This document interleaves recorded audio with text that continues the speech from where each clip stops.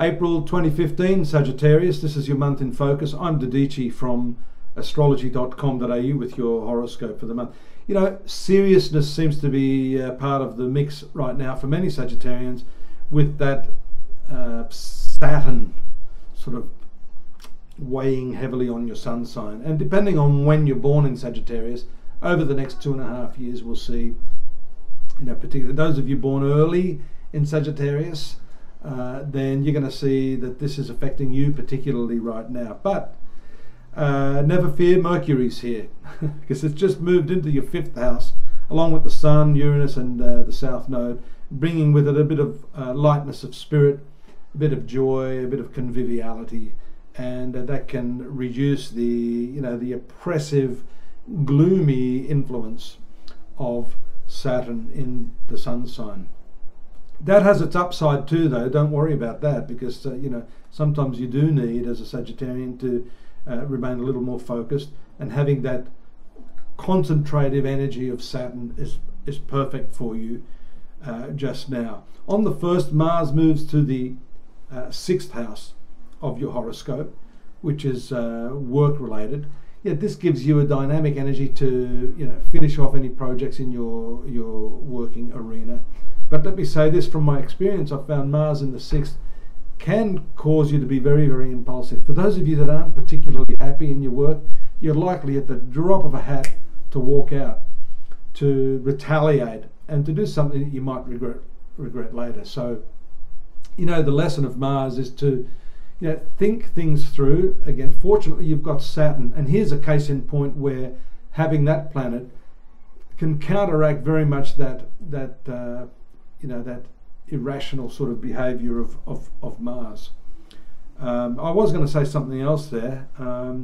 Firstly, on the 2nd, we see the perfect triangular aspect of Mercury to Saturn. So your thinking is a little more cautious after the 2nd. I wouldn't do anything on the 1st, even if you're really, really upset with someone. And by the 3rd, when the Sun moves to the trine aspect of Jupiter, you can expect a more optimistic view of things indeed. The 4th is important because we see a full moon occurring very early in the month there, the sign of Cancer, which is the 8th house of your horoscope. This has to do with the shared resources that you have with other people. The full moon can give you an insight, I suppose, as long as it's not too emotional, about how you should be, you know, managing the invested money of others. If you've borrowed money, this can be a good time to talk to your accountant if you're trying to restructure business affairs and finances. So do that, because under this full moon you will be able to do so quite positively and successfully. These aspects I see as well, Mars from the 6th house to the 10th house of your career, are quite positive, and that shows that you've got that dynamic energy to go and get what it is you want. But Mars is also a feverish planet, and the 6th house is a sector of health. So you do have to be careful here. Any rash behavior, particularly with some of the other planets there, as I can see around the 7th, around the 8th, coming into contact with Uranus, can cause accidents, mishaps, burns, scalds, maybe some minor surgery, but certainly if you're not careful, you can develop fevers, infections, colds, flu, that sort of thing. That all comes back to maintaining a strong immune system. So always get back to basics, I say, and we can see these transits looming, but even if, as I believe, you can't always necessarily change what's fated to happen, you can certainly lessen the impact of it and reduce its you know, intensity, which I hope you can do. In that 5th house, we see Mercury, which I mentioned earlier, bringing with it a lot of communication with lovers and some sort of dalliances of an emotional nature. That around the 8th can happen rather swiftly too. So you may be impulsive in matters of romance, not just money, this month. There are favourable aspects from Mercury to the Sun on the 9th. Again, all from this 5th house of speculation, romance, and creativity too. This could be a creative month for some of you. You should use the brilliance of Mercury to utilize that and to produce things, not just to sit back in a passive way. So even if you're dealing with multimedia of some sort, internet, communicate your ideas. That's the only way you're going to expand and grow and become more and more successful. There's further aspects there, mostly dominating that 5th house on the 8th, the 9th, the 10th. There's a slight change, Venus moving to the 7th house on the 12th, but maybe not so much of a change because both the 5th and the 7th house of your horoscope relate to matters of the heart, and we see the issue of long-term marriage, long-term relationships coming to the fore with Venus in this area. And you could meet someone very attractive, and you yourself, pardon me, could reciprocate that by being equally attractive to them. So this is a cycle, I guess, where you can charm your audience.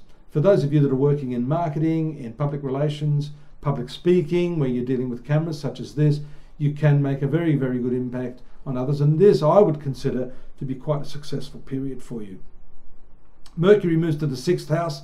That shows a restructuring of your work, thinking through not only how you do your work, but where you actually work and whether you're comfortable where you work.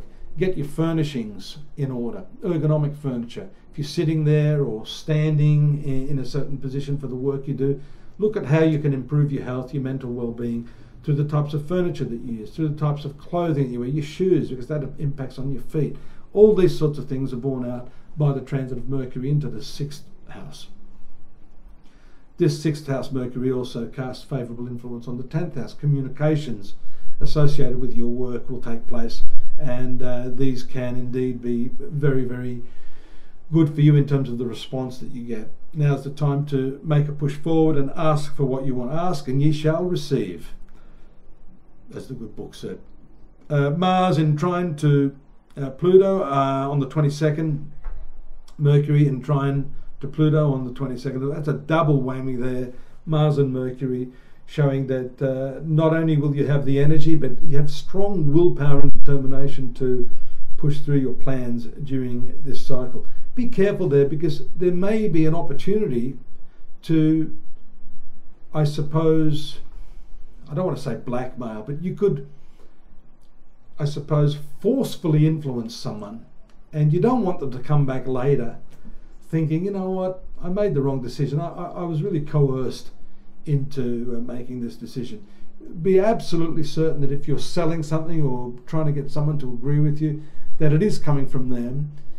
Breathe a little bit with the give and take aspect of it.